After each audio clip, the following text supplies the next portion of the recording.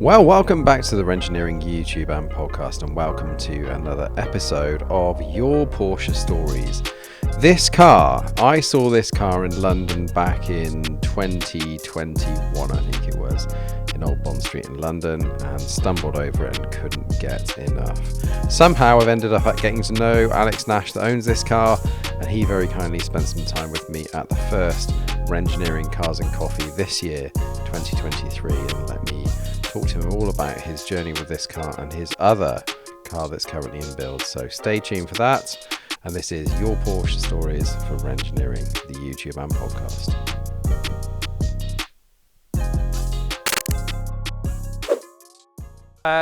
Mr. Alex Nash. Hello, sir. How are you doing? Very good yourself? Yes, good. Thank you. This car, so we'll get onto this car in a minute, Right. But I was trying to think about when I first noticed it, and it was back when you were randomly parked in London. Was it Bond Street? Bond Street. Yeah, the back. Yeah, down towards St James's area. That's it. Yeah. And I just saw this on the side of the road, and I almost had a heart attack. I loved it so much. It is absolutely stunning. Thank you. But anyway, your Porsche. This is Your Porsche Stories. This is, I think, the second or third one. Right. Okay.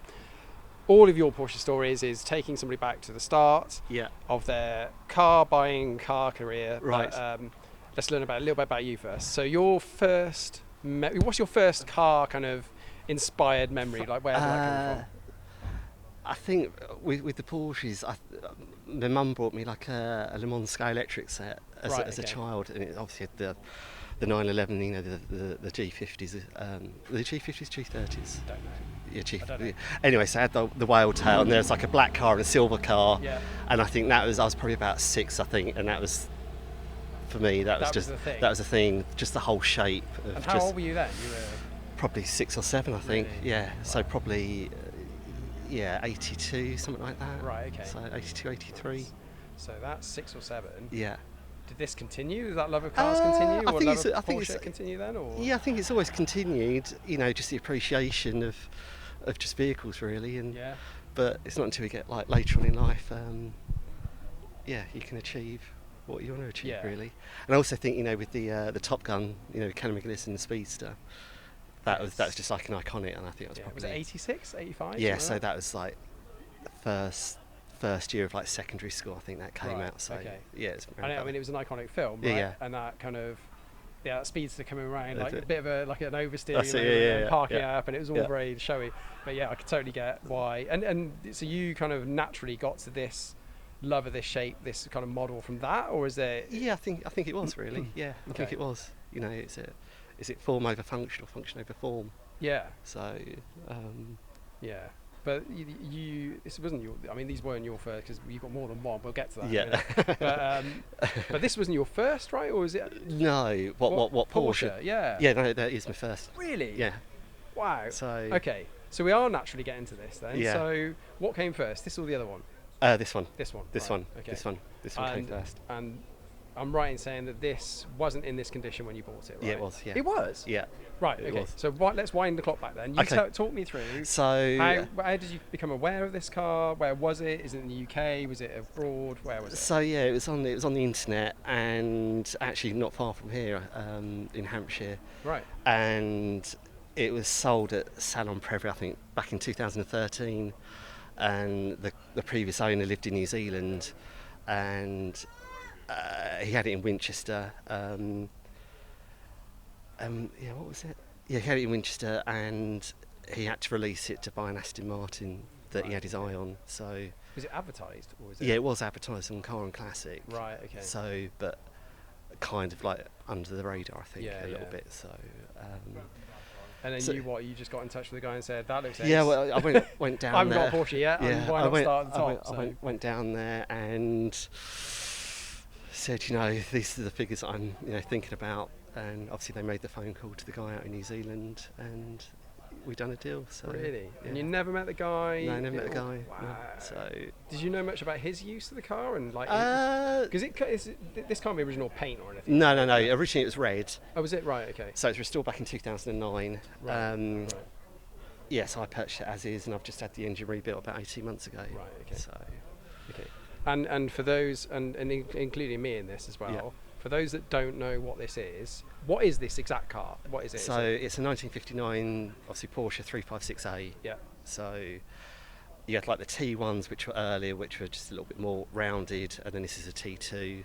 Right. Okay. And then before that, you had the gmund cars and Yeah. King of Scribes and Right, okay. like the really early stuff from Yeah. like the late 40s. Had you done all your research to know that you wanted this particular car or this year, or is it more about you were looking for the car that kind of stood out to you and resonated with you, and you were going to chase that? I just wanted this. Did you? Yeah. Right.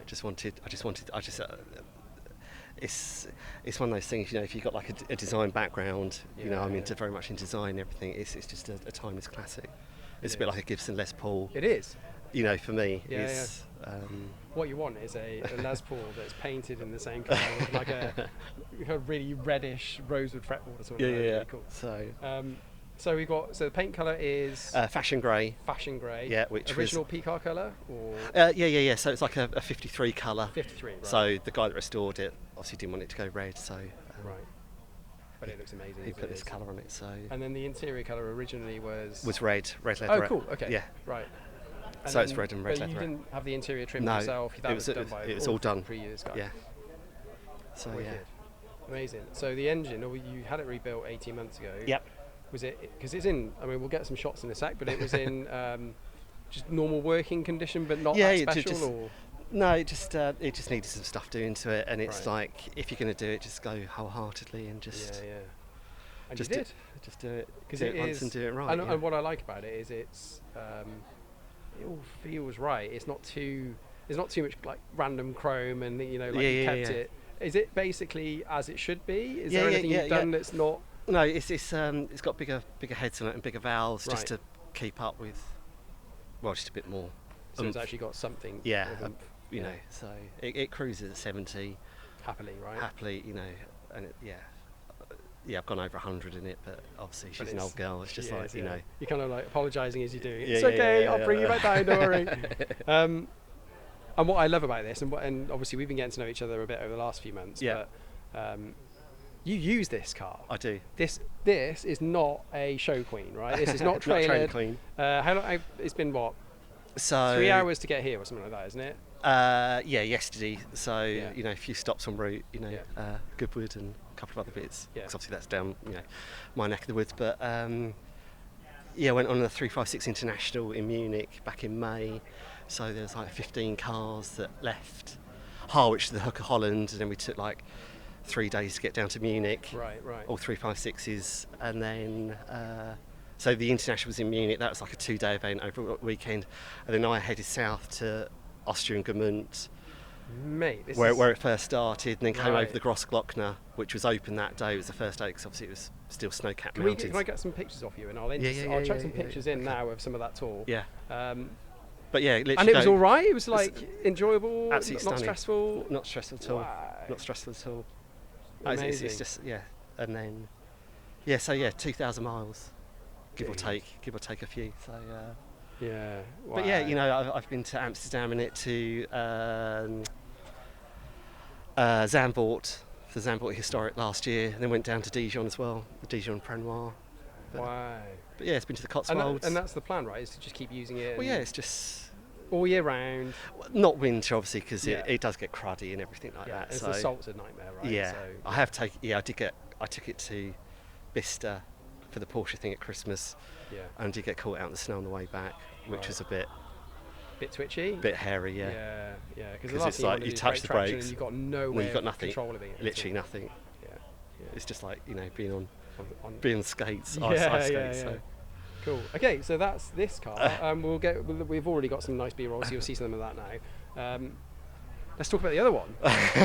Not content with having one 356, I got another one. got another one. So where did and that is not in this condition at all. No. And that is not going back to a kind of stock-ish car. That's going to be a resto mod, right? Or It's going to be something like like a GT spec car, so it's all period correct. But yeah, I bought the car. I knew it needed work, but the level that it needed was did you know it needed as much work as it did? no. Right. So this is yet another one of those. Buy it, get a specialist to check it? Well, not even that. So You looked at it yourself. And Yeah. I've been sold a pup, but no. It was also PRS up at Billericay. They're the 356 guys. Yeah. So they brokered the deal, sort of thing. Fine. So it's fine. You know, Paul had known the car for like donkey's years. Oh, okay, right. Good. I both know it needed work. Fine. Okay. So, but once you're in deep, it's an open checkbook. you Get on with it. just got to keep on going. So. And where is it now? It's paint, up to paint. So isn't it? It should be an epoxy at some point this week. That's exciting, right? But the guy that's undertook all the metalwork, he restored this. Did he? Right. So his name is in the file. He's got like a leather-bound file on this. And I was at a car show down in Hastings a few years back, and he comes running out the pub, saying, "Oh, this used to be my car." Wow. So I said, "You're Lewis, aren't you?" And he said, "Yeah." So anyway, so kept in contact, and about 4 years ago, I said, "I'm looking at doing a restoration. Would you be interested?" And so And they jumped at it and said, just jumped at it. I said, "This is what it is a week. Hand over your money." Yeah. But for me, I restore like listed buildings, so I get it. Oh, right, okay. So that kind of curation and an element of sensitivity about what the design was originally and where you want to take it. Yeah, is kind of all and part not of your process, right? Yeah, and it's just like you can't. What's the word? You've just got to go with it, because you trust other people to undertake works, and it's just like, well, this needs doing. Well, if it needs doing, just do it. Let's do it right first time. There's no point cutting corners. And it's the same level of restoration as what I do. So I get it. I do get it. So And have you got it's probably the wrong question to ask, really. Have you got a finishing date in mind? Have you guys discussed that, or is it kind of like? Actually, it's probably easier to predict now than it was 6 months ago. Yeah. So it's done the metalwork. So now it got soda blasted again to get all the imperfections out of it, and just so that the painters are happy with. The product they put on is got longevity. Yeah. So yeah. So you have got a date in mind? I'd like it to be road ready for like March next year. Next season, basically. But over like the last 3 years, I've been collecting all bits and pieces. Like Limits, steel wheels, chrome steel wheels, and GT tanks and speedster seats, and that's so cool. Is most of what you've collected, is most of it either new old stock or kind of original Porsche stuff, or is it a mix of aftermarket? Mix of both, really. So they are making like GT tanks, and Simonson that are over in Germany. They do all the the panels and everything, like the floor pans and inner wings and such like. Perfect. But there's some things that are on the shelf that have to be fabricated. Yeah, of course there is. So yeah. And at what point did you firm up the colour and the kind of? You had that in mind early on, or does that come to you a bit later on? It was a driver when I got it, but it was bogged up with filler. Literally, like the nose cone. I've still got the original nose cone, so I'm going to put that as a bit of wall art. So nice. So it's in the back garden, just rusting away at the Is moment. It? Yeah. That's so cool. So, and then I'll probably put the old number plate back on it. Handwrite it and just beat it up a bit again. So. And can you share what the colour's going to be in the? Oh yeah, it'd be metallic silver. Metallic silver. Which is what it came out the factory. Fine. And then red interior again, or? No, brown leather. Brown. So got like an Italian leather, so it's not a Porsche. It's something completely different, but it's. Yeah, I saw the leather on a Ferrari on a build sheet of a modern Ferrari, and I thought that's the way. That's the one that I want. Yeah. Have you got a trimmer that in mind? Yeah. That's all kind of like lined up. So perfect. And then transmission's already been built. That was rebuilt. Yeah. About 18 months ago, and then Paul up at PRS is building me like an SC engine. Right. So get as much. It's going to be pretty quick. Yeah. It will be a 3.6. Be about 130 brake. Yeah. Get up to. And then Sebring exhaust. So I think that sound good. So I think they can nick a few horsepower here and there. A couple of horsepower here and there. I can't wait to see it. Well, if it's all right, can we do a shoot when it's? Yeah. I don't know when the right time is. Yeah. So the Instagram's PAS_177. PAS_177. Which is the registration plate. So. Yeah. Fine. So if you want to go and watch and see this. And you're posting photos as and when they come. Yeah. Fine. Okay. I've only just really got into social media, that sort of stuff. Okay. So I mean, it's worth going and have a look because it gives you a bit of a backstory anyway. Yeah. And this car's account is, or was this part of your personal? Yeah, this is my personal account. And that is Alex J Nash. Alex J Nash. Yes. Perfect. Cool. Yeah. So Well, I'm really grateful. I'm selfishly, I'm going to cut the camera and I'm going to have a little walk around and have a proper look because I've not had a chance. And Ryan, the filmographer, has already been and shot some B-roll. So nice. Alex, thank you so much. My pleasure. This is Your Porsche Story. If you're interested in doing a Your Porsche Story yourself, get in touch. Instagram is Renngineering UK. That's probably the best place to catch me. And we'll catch you up another time. Thank you ever so much for watching. Thank you. And we'll see you. Cheers. Goodbye.